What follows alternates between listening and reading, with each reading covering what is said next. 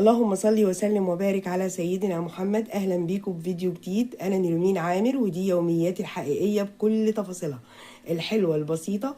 هتلاقي هنا روتين البيت، اكلاتنا وتوفيرنا من قلب بيتي لبيتكم. يلا نبدا. النهارده بقى رحت جبت شويه مشتريات كده علشان العيد ونجهزها كده ويبقى فيه تجهيزات للعيد. اول حاجه جبت ترمس حلو، لان المر هياخد وقت ومفيش وقت خالص، ما عادش وقت. النهارده الاربع فما عادش وقت عندنا خالص. فجبت دول 2 كيلو لان انا بعمل، واللي ما بيعملش عندي في العيله بديله هديه. جبت كمان هنا نصين بسمتي يبقوا موجودين في البيت، علشان لو عملت حاجه في العيد يبقى شويه رز بسمتي كده باللحمه، شويه رز بسمتي بالفراخ، اكله سريعه. هنا بقى جبت ب20 فلفل اسود وب20 بهارات كبسة. جبت كمان ايه، جبت طبعا 2 كيلو موز اهو، يبقوا برضو موجودين عندنا. انتوا عارفين ان احنا بنحب الموز جدا ولازم يكون متواجد في البيت، وخصوصا في رمضان. رمضان خلص، كل سنة وانتوا طيبين، خلاص ما عادش حاجة.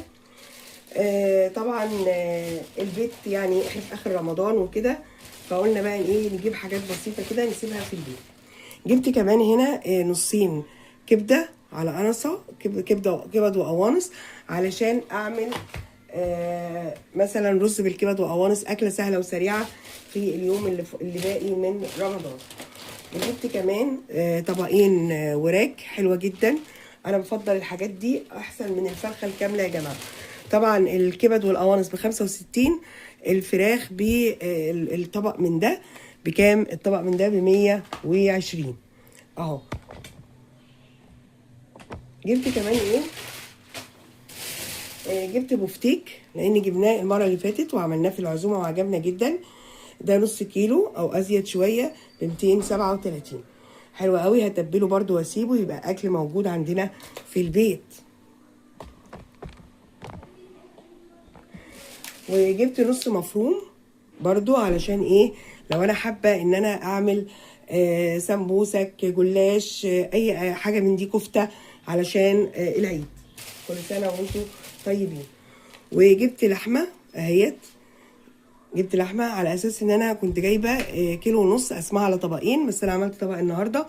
برضو اللحمه سهله وسريعه وتسلقيها على طول وتعمليها بتبقى كويس. لحمه بلدي طبعا، كل ده حاجات بلدي.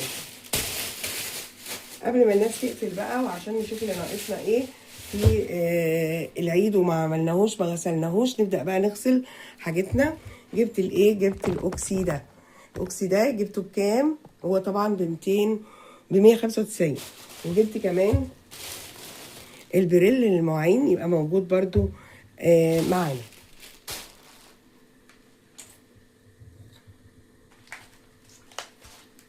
دي مشترياتي النهارده اللي جبتها علشان تبقى موجوده عندي في العيد.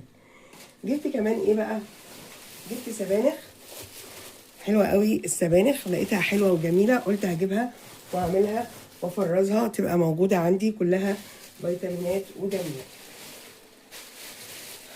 وجبت حمص، جبت نص كيلو، بس ده من مكان وده من مكان. ده حمص اللي هو الكبير ده ب130. وجبت نص كيلو شوكولاته من دي بالكراميل، حلوه قوي قوي والولاد بيحبوها، فكملت بيها المشتريات بتاعه الشوكولاته.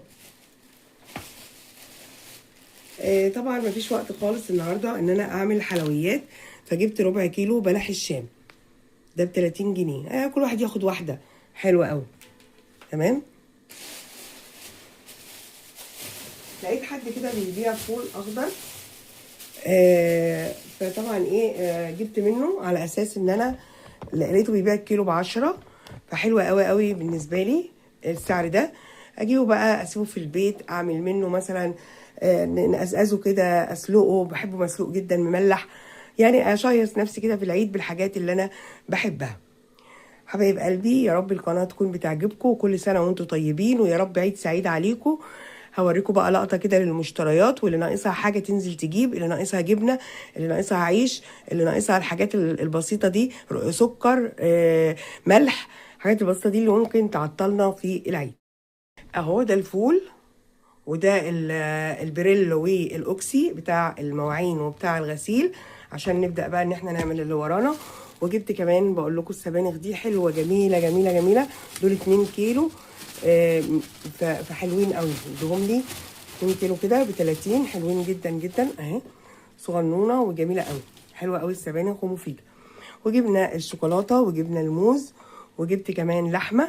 لازم البيت يبقى فيه فريزر، يبقى فيه حاجات، وممكن ان انا اطبخ كمان اكله كده اسيبها في اي وقت نرجع فيه من السفر نلاقيها، لان احنا يا جماعه بنسافر في العيد.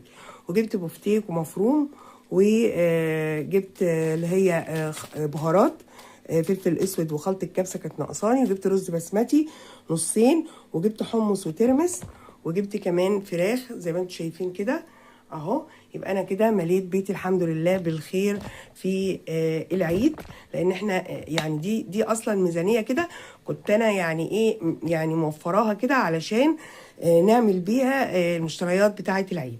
طبعا ربنا يعيننا كلنا يا رب، العيد داخل وعندنا حاجات كتير والتزامات كتير ودراسه ولبس وحاجات كتير، ربنا يعين الجميع يا رب. ولا تحزن ان الله معنا، طبعا ربنا سبحانه وتعالى هو اللي بيعين وهو اللي مدبر الامور. قولوا يا رب بس. بحبكم جدا وعيد سعيد عليكم حبايب قلبي.